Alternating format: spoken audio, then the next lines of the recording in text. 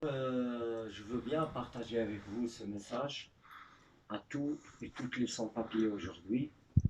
Euh, la situation, tout le monde le connaît, on le vit bien sûr, et il faut comment on répond sur vraiment cette situation. Nous, ça veut dire il faut vraiment qu'on arrête de dire à la gouvernement et gouvernement, ils vont ouvrir parce que c'est que des mensonges.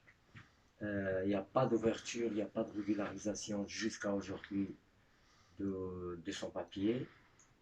Tout le monde est en vacances. Ce qu'il faut de notre part, surtout les sans-papiers, c'est qu'aujourd'hui, il faut qu'on continue à lutter ensemble et mettre la pression vraiment pour que le début de septembre sera le point de la régularisation ou la discussion au moins sur la table de gouvernement dans l'ordre des jours de ce gouvernement.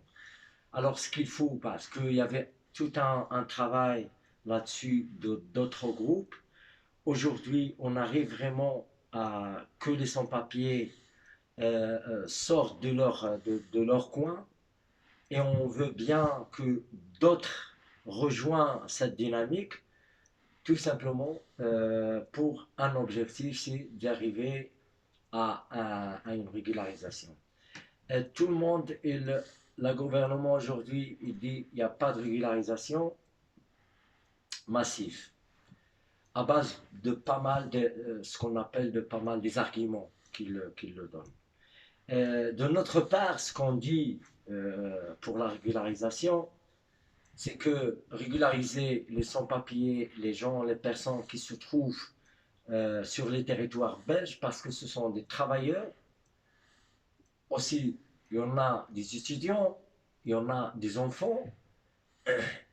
La majorité, c'est des travailleurs qui contribuent vraiment dans le secteur de travail ou le marché de travail belge. Là, tout le monde il voit cette réalité que les sans-papiers s'occupent de pas mal des secteurs où des citoyens officiels, on peut dire entre parenthèses, qui ne veulent pas vraiment le faire. Alors, c'est les sans-papiers qui le font aujourd'hui. On sait bien, et ça c'est des chiffres des syndicats, qu'aujourd'hui, il y a plus de 100 000 euh, offres d'emploi dans les métiers pénurie. Ça veut dire la Belgique, elle a besoin d'un main-d'œuvre qui est là et qui se trouve sur les territoires.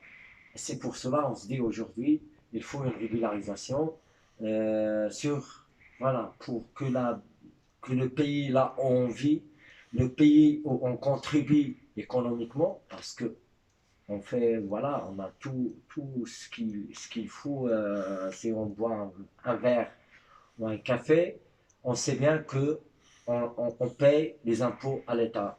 Si on a un abonnement dans notre poche, on sait bien qu'il y a des impôts à l'État.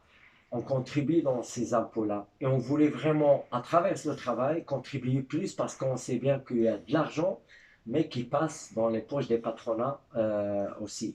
Et ça c'est une lutte contre le dumping social. Alors, mettons cet argument, devoir régulariser les gens, c'est pas, ça ne sera pas un drame dans le pays. Parce que quand ils en parlent aujourd'hui, ou les citoyens parlent, ou les politiciens parlent sur la question de la régularisation, c'est comme un drame pour eux. Et c'est pour cela qu'on se dit non. Alors, tant que dans les autorités aujourd'hui, ils ne sont pas tous, parce qu'au niveau régional, on voit que la région veut donner ce qu'on appelle le permis de travail.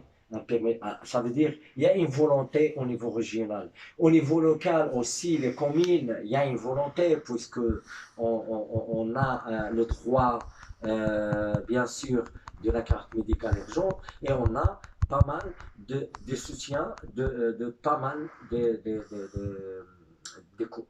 communes. Alors, à les deux niveaux, il y a une volonté, et on le voit. Et aussi, il y a Actiris qui a aussi, sous l'obligation de, comment on dit, d'avoir vraiment la main-d'œuvre bien formée sur le marché. Et l'a demandé en 2017, il a donné une possibilité de faire des formations aux sans-papiers. C'est une institution euh, qui voit vraiment plus, parce que c'est une institution du marché du travail. Alors, il voit que la nécessité aujourd'hui de former des personnes qui se trouvent vraiment dans quelques domaines dans le marché du travail, alors les former, c'est de continuer vraiment développer le marché du travail et quelques secteurs qui sont là. Ça, c'est une reconnaissance régionale et une reconnaissance locale, mais au niveau fédéral, ça se bloque. Ça se bloque tout simplement. Ben, c'est la politique qui est là. On était bien sûr victime d'un accord gouvernemental, parce que le gouvernement qui était vraiment là aujourd'hui, c'est un gouvernement qui était tout le monde d'accord qu'on ne discute pas la régularisation. Et là, on voit comme des militants de sans-papiers, on est vraiment des victimes de cet accord. Alors, qu'est-ce qu'il faut aujourd'hui de notre part? C'est vraiment de continuer à lutter. On appelle tous les sans-papiers qu'il faut rejoindre le mouvement et le mouvement des sans-papiers aujourd'hui pour un objectif, c'est la régularisation à tous les sans-papiers. La régularisation, c'est donner vraiment on peut dire, une volonté politique de la part des autorités et donner une possibilité à des personnes qui vivent aussi aujourd'hui avec vous, entre vous, sur le territoire.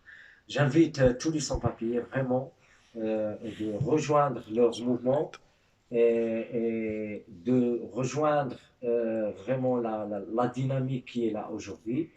Euh, Tout le monde est responsable sur la situation et Zone neutre.